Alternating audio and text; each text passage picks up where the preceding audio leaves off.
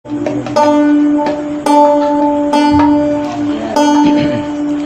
ने लिखा अव्वल सिफत सिफत वालड़े दी सिफत वालड़ा रब रहमान मियाँ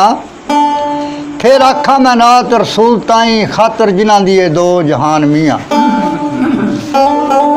खातर उन्हां दी बाग गुलजार सारे आया शान दे विच कुरान मियाँ पर कलमा नबी दा पढ़ कसूर मंदा तेरी टुरे दी साफ जुबान मियाँ। अगे लिखते ने मैं सूरज चानवी जिन्हां दी मन टुरदा रब उन्हां तो करके वख दसी नबी ते नबी सी दावा नबूवत नबी ते नबी सी अली दी शान वाला आ दुनिया चू फोल के एक दसी शरबत कातला बचड़े राय मौला जे कोई दिंदा डिठई ते बेशक दसी नहीं ते मजहब दा बार्डर भन कसूर मंदा और शाने हादरी भ्यान चक दसी। अगे लिखते ने मुश्किल हल पल विच होवे मुश्किल हल पल विच होवे मैं सेवा शाह मरदान हर मैदान बिस्तर अख्तर उत्ते कब्जा अली दे हथ कमान दो जहान खैबर डोले फड़ के तोले 14 तबक जो सान जमीन आसमान कसूर मंदा होया हद ना कोई ना ही विच बयान हैदर दी शान। अगे लिखिया ने 1400 साल होया मौला अली बाजों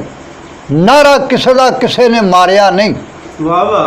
टक्कर कुफर इस्लाम दी होई जिथे अली बाज को खंदकों पार सुधारिया ही नहीं जिथे पईयां भीड़ा नबियां भी अली बाजों होर किसे दे ताई वंगारिया नहीं नारा अली दा मार मैदान आवे कसूर मंद हो बंदा कदे भी हारे। अगे लिखते ने मंजलो मंजली सफा लिखते हैं सरकार मौजो क्या विच मौजी आया मेरा सोना मुर्शद मौजो क्या विच मौजी आया सोना पीर सचावा गुल हसन गुल सुच्चे मोती ते पीर गुल हुसैन सुनावा इत्थे उत्थे दमी जानी वासा सुथरिया थावा कसूर मंदा हुण खतरा ही कोई नहीं खतरा ऐड गुनावा जिदा मुर्शद अड्डा कामल हो उन्होंने काला खतरा। फिर बाबे ने लिखा मुर्शद की कचहरी के हाजिर हो के बे हाँ मंगत आदत है मंगने दी ते तेरे दर ते सखी खलो मंगा हसदा जा जे दिली मुराद पावा थोड़ा मारे ही रो रो मंगा नहीं लोड़ कोई घोड़ियाँ गाई मईयां ना दाने ते ना मैं भो मंगा असद गिले इनकार तिसे देवो किसे नाल ना करना त्रो मंगा ऐसा ऐसी दियो बहार कदे ना खिजा आवे ऐसी दियो बहार कदे ना खिजा आवे मौसम जेठ ते ना मैं भो मंगा दिल भी दियो